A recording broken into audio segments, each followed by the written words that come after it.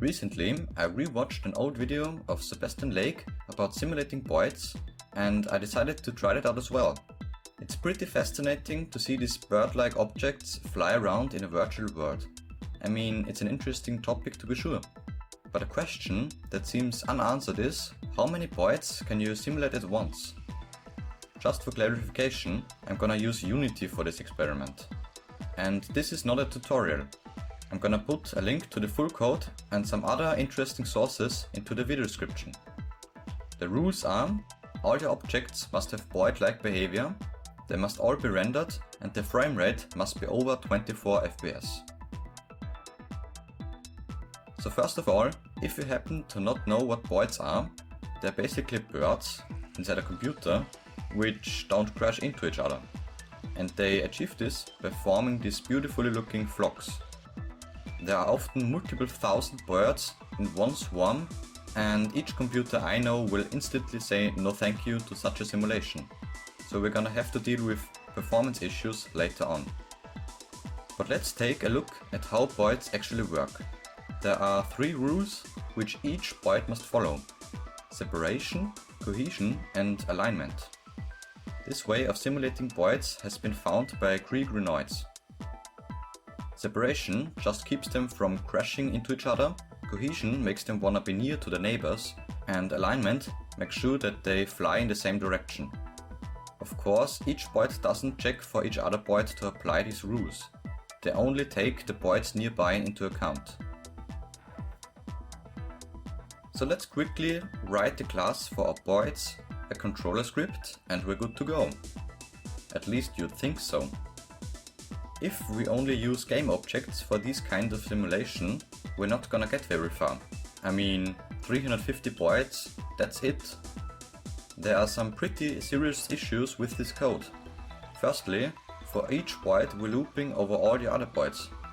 For 350 Boids, that's already over 120,000 calculations. And secondly, GameObjects are very slow. So there has to be a better way of doing this. And there is. The Data-Oriented Technology Stack, or short DOTS, has been developed by Unity for exactly these kinds of problems. It allows you to write super efficient, multi-threaded code. Awesome! Let's firstly convert all of your nasty mono behaviors to ECS code. The entity component system basically works like this. You have entities which hold data. They are much like mono behaviors, but they don't contain any logic. All the methods sit inside a component system. Here we can loop over all the Boids and execute code.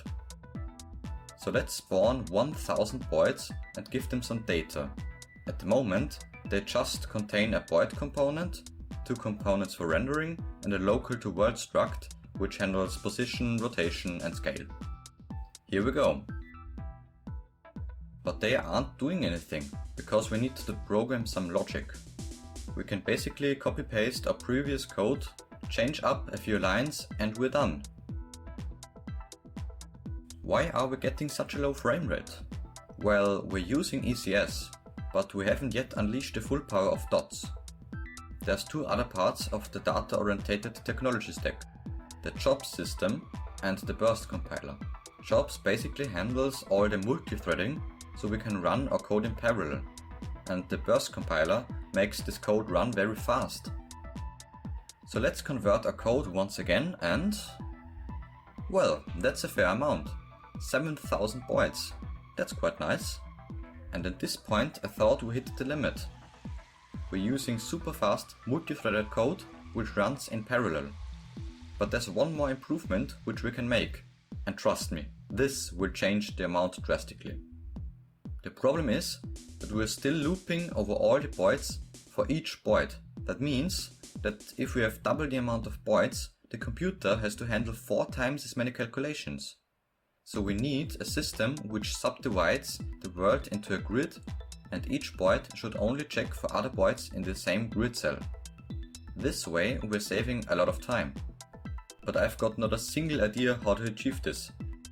Luckily, there's this awesome guy who made a video about his simulation which can handle 100,000 Boids. And he's made the code available for everyone. I read through it and I must say it's very clever how he solved the performance problem. He's using a multi-hash map to assign each Boid to a chunk, but I'm not gonna go into much detail how his code actually works.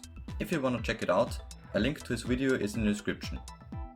I transferred his code into my project using these 3 keys, made a few changes, and here we go.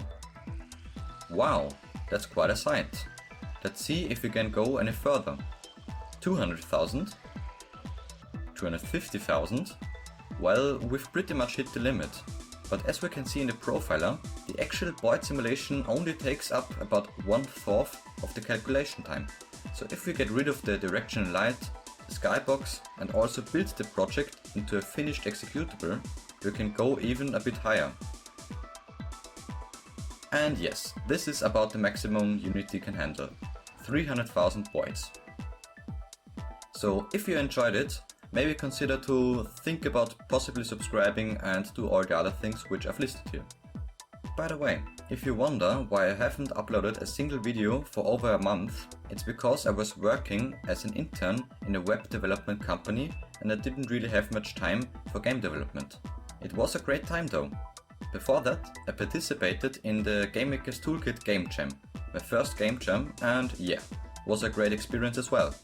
I managed to produce a somewhat playable game in 48 hours and it was a lot of fun. I've linked it down below. Also, I finally bought a decent microphone. That was long overdue. But that's all I had time for the last few weeks. And without further ado, thanks so much for watching.